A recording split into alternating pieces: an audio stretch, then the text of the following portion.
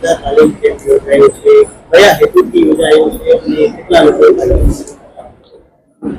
अपना सूरत शहरना महिला पुलिस द्वारा द कॉप कला दीर्घा નામથી એક એવા જો હેન્ડીક્રાફ્ટ માટેના જો ક્લાસના આયોજન કરવામાં આવેલા છે, જેમાં એના જો સ્ટાર્ટિંગ થઈ અમારે મહિલા પોલીસ સ્ટેશનમાં લગભગ જો અરજીને કામે ઘણા બધા બહેનો આવે છે, જેના થોડા પારિવારિક તકલીફો રહેતી હોય છે અને કુછ પરિવારમાં વિવાદ રહેતા હોય છે, અને ત્યારે જો અમારા જો મહિલા પુલિસ સ્ટેશનના પીઆઈ છે મીનાબા ઝાલા એવું નિર્ણય કરે કે આપણા આ બધા બહેનો આવે છે અને સારી કલાના આવડત છે જો હે હેન્ડીક્રાફ્ટમાં સરસ છે, પરંતુ એના અગર એક પ્લેટફોર્મ અમે લોકો આપીએ તો આ લોકો જો હે સ્વનિર્ભર થઈ શકે, એને જ ધ્યાનમાં રાખીને જો હે આ એક વર્કશોપના આયોજન કરવામાં આવ્યા, જેમાં આપણા શહેરના જો 15 સારા જો ઇન્સ્ટ્રક્ટર જો ટીચર છે આ લોકોને લઈને અને ત્યાર સુધી કુલ 227 બહેનો આ બધા अलग अलग समय जो अपना वर्कशॉप में भाग लेने जो है अपना पोताना जो एना जो कला कुदरत आपी है एना द्वारा जो निर्मित जो हैंडीक्राफ्टना आइटम्स एना लईने जो आज एक एग्जीबिशन पहले स्टार्ट करवामां आवेला छे जो है,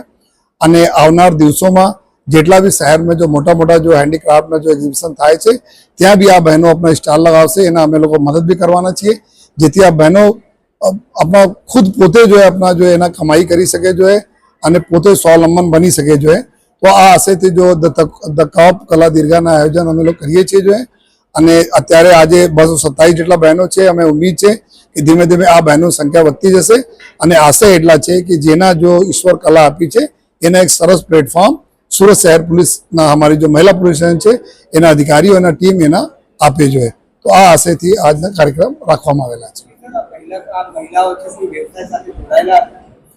જનરલી આ બધા મહિલાઓ આવતી હતી, એના કોઈનું અરજીને કામે બધા પોલીસ સ્ટેશન આવતી હતી, કોઈ પારિવારિક જો સમસ્યાઓ से પીડિત હતી, કોઈ પતિ પત્ની જો ઝઘડા હોય,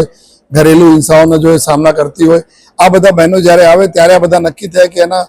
તકલીફ શું પડે છે કે બહેનોના કમાઈને કોઈ સોર્સ નથી જો, તો એને જ લઈને જો આ અમે લોકો જ્યારે ચાલુ કરે તો ઇન્ટરેસ્ટ પૂછે જો,